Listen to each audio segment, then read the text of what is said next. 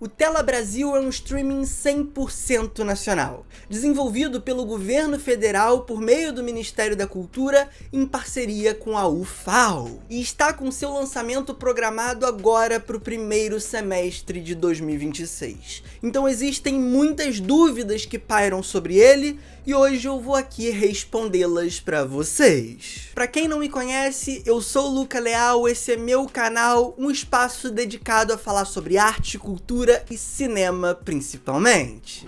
Porque um país que não tem cultura, um país que não investe na cultura, na verdade não se transforma num país. O povo não é povo, é massa de manobra, porque a cultura politiza e refresca a cabeça das pessoas. Tudo começou no primeiro trimestre de 2025. Ainda estou aqui estava com sua forte campanha para o Oscar, que inclusive acabou vencendo na categoria de melhor filme estrangeiro. E o Ministério da Cultura, o governo federal, começava suas movimentações para se aproveitar desse momento de euforia para anunciar iniciativas que fortaleçam o nosso cinema, a nossa cultura. E uma dessas iniciativas foi a criação de um streaming brasileiro, que está sendo desenvolvido desde aquele período, como eu disse, em parceria com a UFAO, uma das universidades federais que a gente tem aqui no Brasil, a de Alagoas. E a gente que é do meio do cinema, da cultura, estava até cobrando mais informações sobre esse streaming e elas não vinham, demoravam a sair. Até que agora, com as movimentações para a campanha de O Agente Secreto no Oscar, novas informações vêm ao público e uma versão teste do aplicativo fica disponível para Android. Eu inclusive consegui baixar e consegui explorar bastante do aplicativo. E com isso a discussão sobre ele, obviamente, também retornou, principalmente pelo seu sucesso. A versão teste alcançou um número bem elevado de downloads, ou seja, o interesse foi grande. Mas vamos lá discutir a real importância desse streaming, desse investimento do governo federal. Desde que o Brasil é Brasil, o nosso cinema passa por uma série de crises.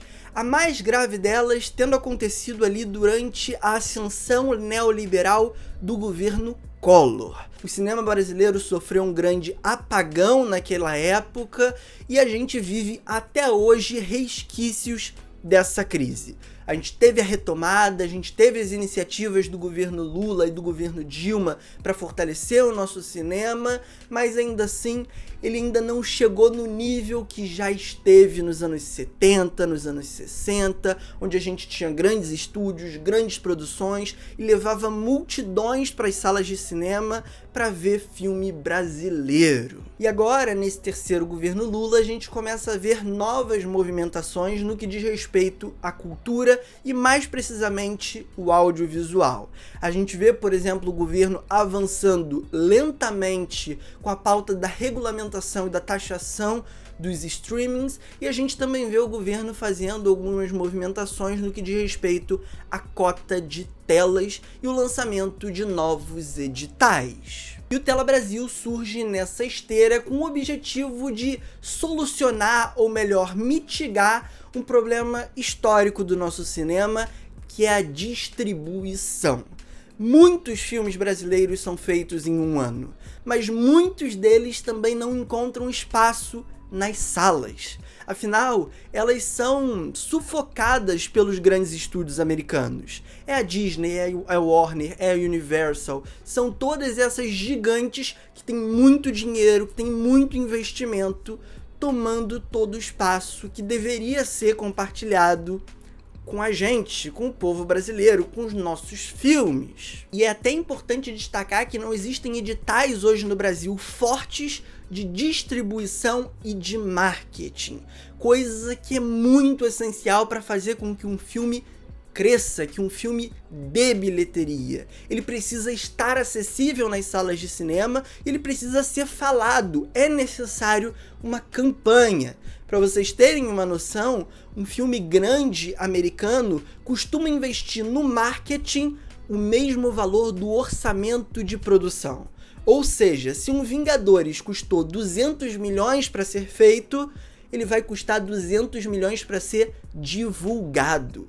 E no Brasil a gente não tem verba alguma para fazer isso. Os orçamentos de distribuição e de divulgação são ínfimos. E a criação de um streaming brasileiro pode até não resolver o problema, mas acaba criando uma nova janela de exposição. Acaba sendo um espaço para que produções que não atinjam as salas de cinema sejam vistos. E para além disso, o Tela Brasil também exerce um papel importante na construção de um público para o cinema brasileiro. Afinal, a gente sabe que muita gente tem uma resistência ao nosso cinema. Então a criação de um streaming gratuito acaba abrindo a possibilidade, facilitando a possibilidade de acesso a pessoas que talvez nunca se interessassem por obras brasileiras. Inclusive, o login pro Tela Brasil é feito pelo Gov, aquele mesmo login que você usa para acessar sua identidade, seu CNH, carteira de trabalho digital, cartão de vacina.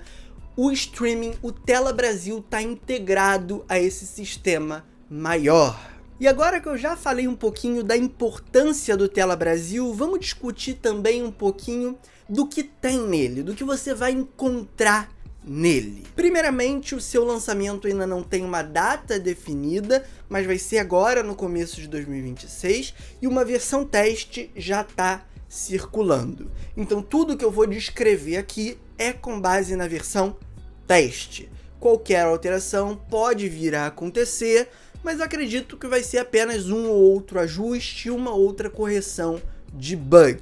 Quando você entra no aplicativo, ele já te pede para criar um perfil, ou seja, você vai poder criar vários perfis para as pessoas da sua família, um para você, um para seu pai, um para sua namorada, como você quiser, para que o algoritmo que funciona ali dentro dele responda aos interesses daquela pessoa. E aí quando você entra no perfil, você tem acesso ao catálogo, que inicialmente foi divulgado que vai ser de 550 filmes, e aos poucos novos vão chegando. E pelo que eu explorei ali do catálogo, ele tá muito bem divididinho.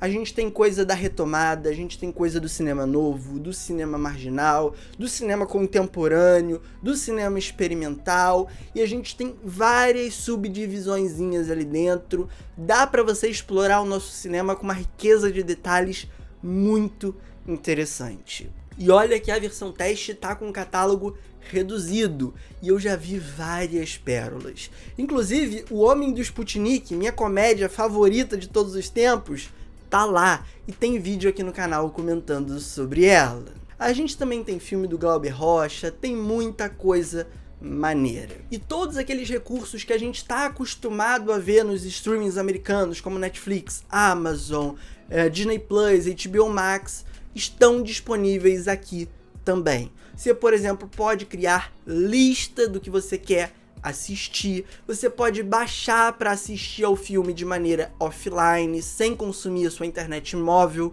por exemplo. Você tem ficha técnica de todos os filmes, com o elenco, com o diretor, com a duração, com a sinopse. E ainda por cima também tem alguns recursos de acessibilidade, audiodescrição e libras, o que é muito importante e eu não vejo nos outros streamings. E aí eu parto para um outro momento aqui desse vídeo que acaba funcionando muito mais como um conselho, tá?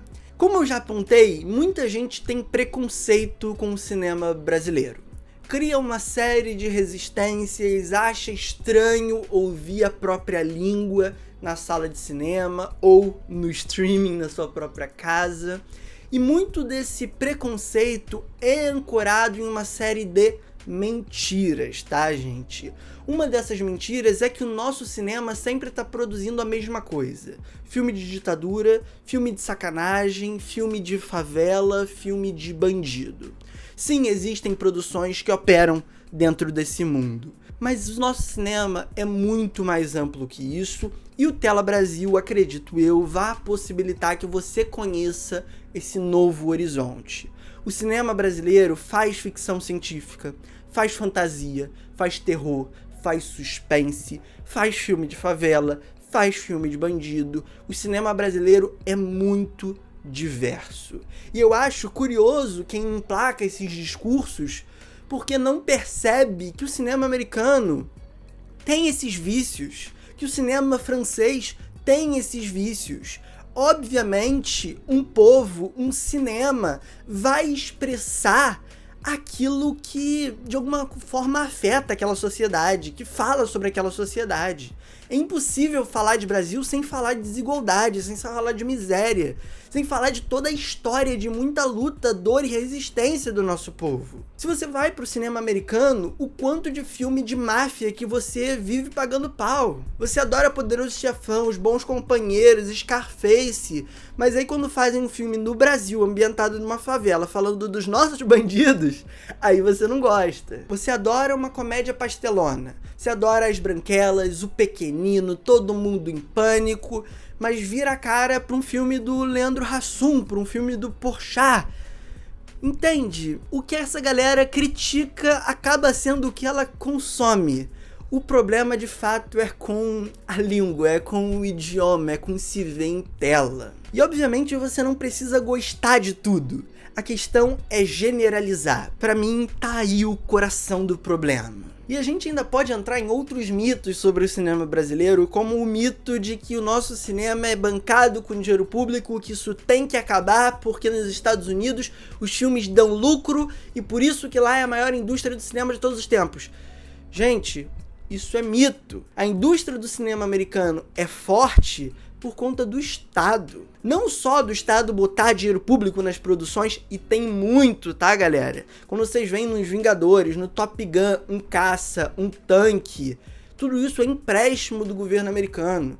No final dos créditos dos filmes americanos, você vai ver lá os estados que deram isenção fiscal para aquela produção. A Geórgia, por exemplo, é muito forte nesse sentido. O cinema americano é baseado também no investimento estatal. E ele só dominou o mundo, inclusive, por conta do Estado. O governo americano trata o seu cinema como uma mercadoria de exportação, inclusive de colonização. A gente recebe esse tanto de filmes americanos porque eles querem nos impor uma visão de mundo, para além, obviamente, de ganhar dinheiro às nossas custas.